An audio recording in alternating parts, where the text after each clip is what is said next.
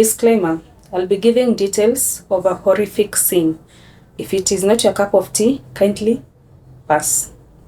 Imagine getting home, you are extremely hungry, and then you find these two beautiful, amazing pots containing your favorite soup. Made with the best ingredients. Guess what else is in the soup?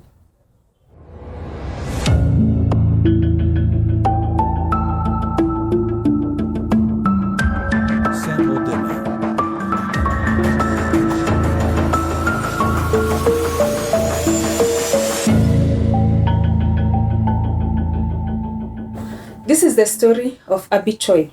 You might ask, who is Abby Choi? So Abby was born on 15 July 1994 in Hong Kong.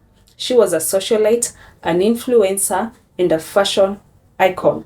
Abby alikuwa featured in Vogue magazine, and she was estimated to be worth $12 to $30 million in assets, buildings, and so much more. In 2012, Abby was 18 years old. She met Alex Kwong, who was also an 18-year-old. They got married, and together they had 2 beautiful kids. Lakini marriage haiku last, so things ended after 4 years.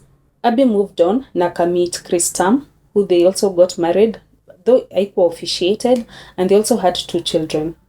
Abby maintained a close relationship with her ex-family, ile ya kina Kwong.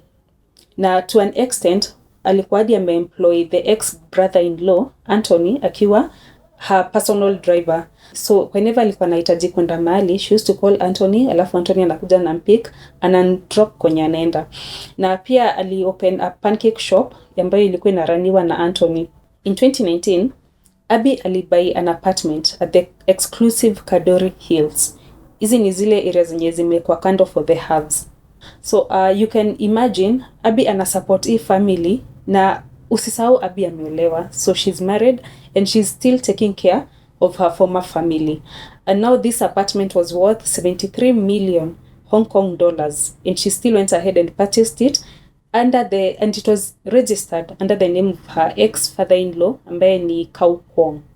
Yani Abby loved this family to an extent, hadi akienda vacations alikuwa anaenda na the current na the former family. So now you can imagine your current husband and your ex-family going on a vacation together. And that is how much this lady used to love, the former family. In 2022, ambayo ni last year, Abby make plans za kuuza the apartment ambayo iko Kadori Hills.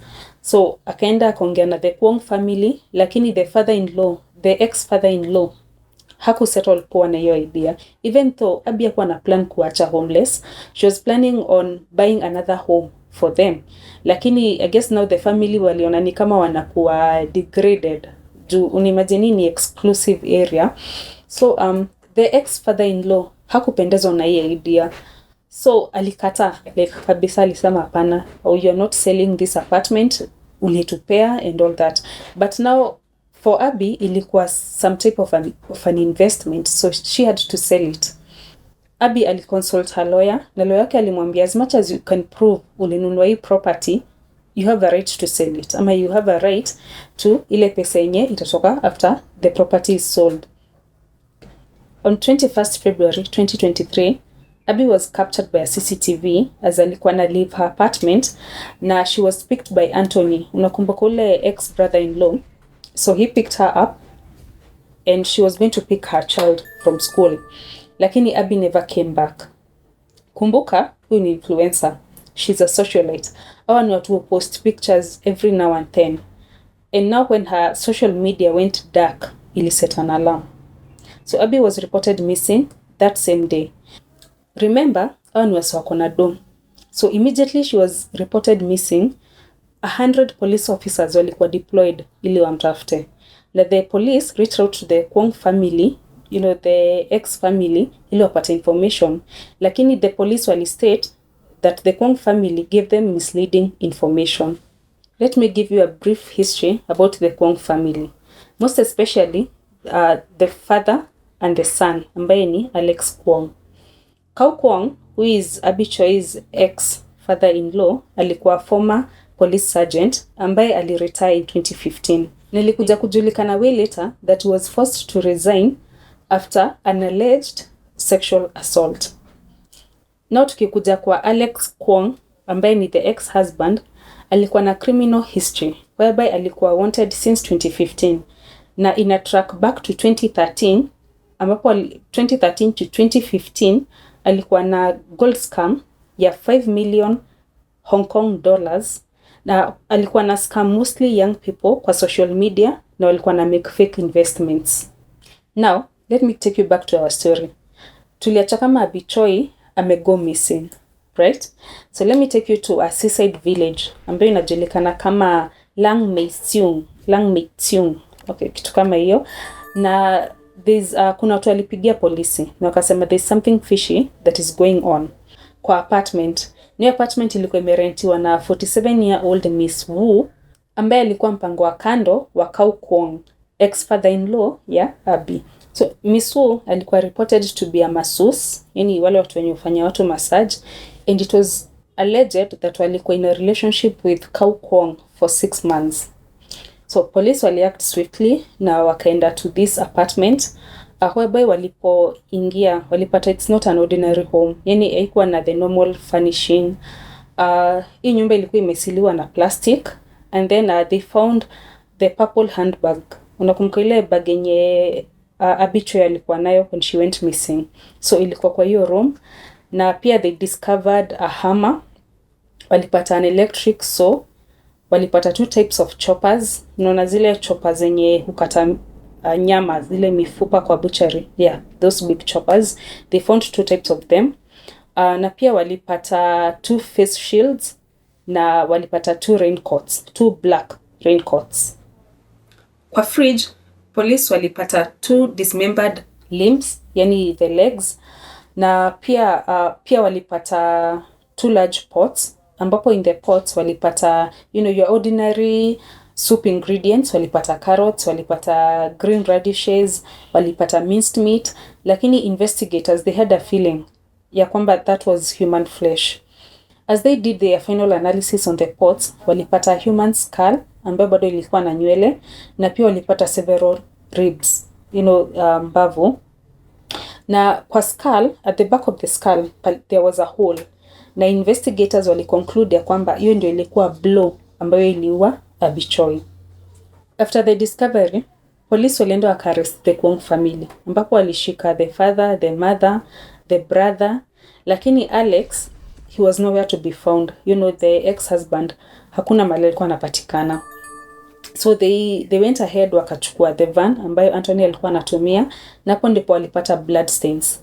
Na after initial DNA examinations ili conclude ya kwamba the blood stains zili belong to Abby Choi. On Saturday, 25th of February, police walipata information ya kwamba Alex alikuwa na plan kupotea, ni kuescape hiyo city kupitia speedboat. So waliact haraka sana and they went ahead na wakamuarrest. So Alex alipoarrestiwa alikuwa in possession of 500,000 Hong Kong dollars na pia alikuwa na watches, several watches ambazo zilikuwa worth roughly around 4 million Hong Kong dollars. Na pia waliarrest ule jamaa mwenye alikuwa anamsaidia kupotea na pia alipatikana na 100,000 Hong Kong dollars ambazo it is alleged ni zile pesa zenye Alex alikuwa amempatia ili amsaidie kuhepa. Wacha niwarudishe kwa Eastside Village. Unakumbuka ile place yenye Miss Wu alikuwa amerent an apartment. So it was suspected that Anthony na baba yake walikuwa wameonekana kwa kuna a cliff top graveyard. So it was suspected that they visited that area on 22nd of February. So police walikuwa deployed in that area, roughly around 100 police officers, na pia kulikuwa na divers from the Hong Kong Police Force ambao wanaitwa the Flying Tigers. Na wali start ile search ya the missing body parts ambayo ni torso na pia the hands bado hazikuwa zimepatikana. As of today, bado haijulikani kama the rest of the body parts were ever found. Na as of June 2023, the ex-mother-in-law, Jenny Kwong, lose her third bid ya jail. Na, the judge alisema hakuona any reason as to anafaa kuachiliwa. So, the family is still mourning. Na the current husband, Chris Tam, alimwon his wife, na akasema he considered her as a sincere and a kind person who never held back when it came to helping others. Now, my take is Abby Choi was killed by her own generosity. That's the end of my story, and I hope Abby Choi and her family will get the justice that they deserve. So I promised you guys a tip at the end of every video, a tip on how to prevent gender-based violence. And today's tip is, violence is a preventable choice. Do not justify violence. So guys, thank you so much for watching. Stay safe, make the right decisions, and I'll see you on my next video.